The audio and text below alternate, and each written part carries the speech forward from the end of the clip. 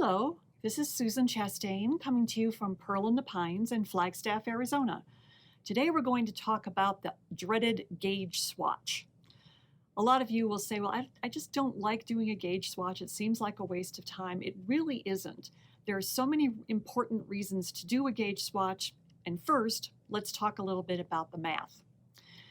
If you don't do a gauge swatch and you're making something like, say, a sweater, you're going to find that if you're off by a little bit, your sweater could be, even if you're off by just one stitch, your sweater will be 4 inches too big or 4 inches too small, and we don't want that.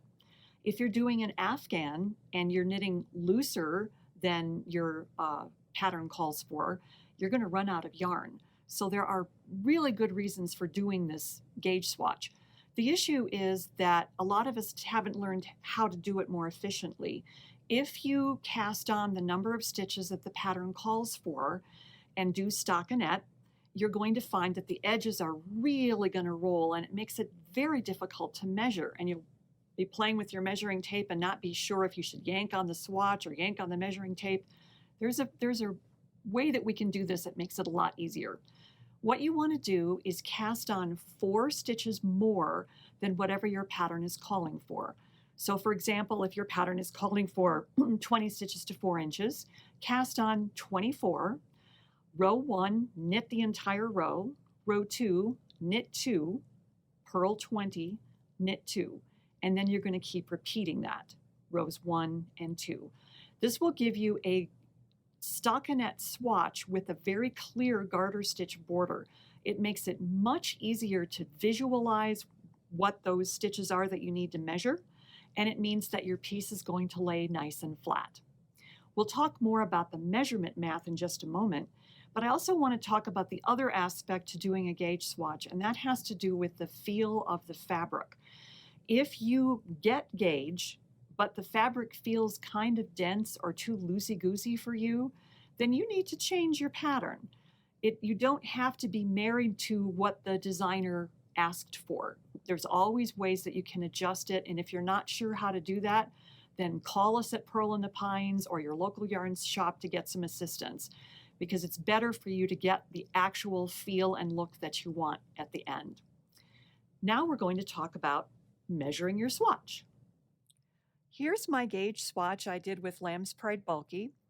The yarn call and the pattern call for 12 stitches to 4 inches, so I cast on 16.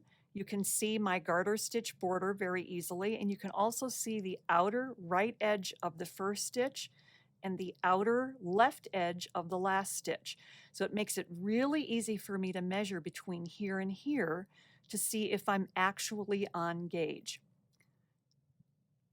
If you have a measuring tape that starts with a flat corner, sometimes it's better to start in a couple of inches, but we've got a nice line here, so we'll start here with our little piggy tape.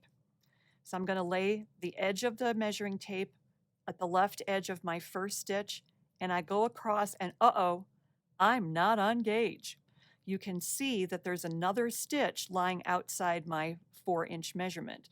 So I'm actually getting 11 stitches to 4 inches instead of 12. So that means that I need to go down a needle size because I'm knitting looser than the pattern calls for. And I've got enough flexibility here that I think that's going to be okay.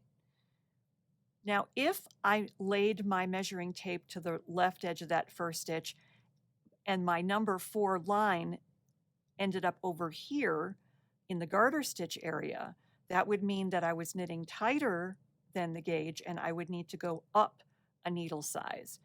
For every stitch that you're off, you need to go up a needle size or down a needle size. So here, again, if I measured and my 4-inch mark ended up here and I was 2 stitches off or 2 stitches too big, I would have to go down 2 needle sizes. If my number 4 measuring tape went all the way over here to the edge of my fabric where I've got my 2 garter stitches, I would need to go up 2 needle sizes. But see, that makes it so much easier to measure and easy to feel. Now, if you are off gauge, like I am on this particular piece, I don't want to assume that the one needle size is going to be perfect. I want to feel the fabric in that smaller needle size. So what I'm going to do on my next row, my yarn is attached over here. I'm ready for a right side row. So what I'm going to do, actually I'm not, but we'll pretend I'm ready for a right side row. I am going to purl across on the right side. Or if I started with my yarn over on this edge, I would knit a wrong side row. That will give you a ridge here as you're changing needle sizes. And that way, when you work your smaller needle or your bigger needle after this, you'll see a clear demarcation line between the two different needle sizes so that you can both measure and feel what that gauge swatch looks like. So do your swatch and go on from there.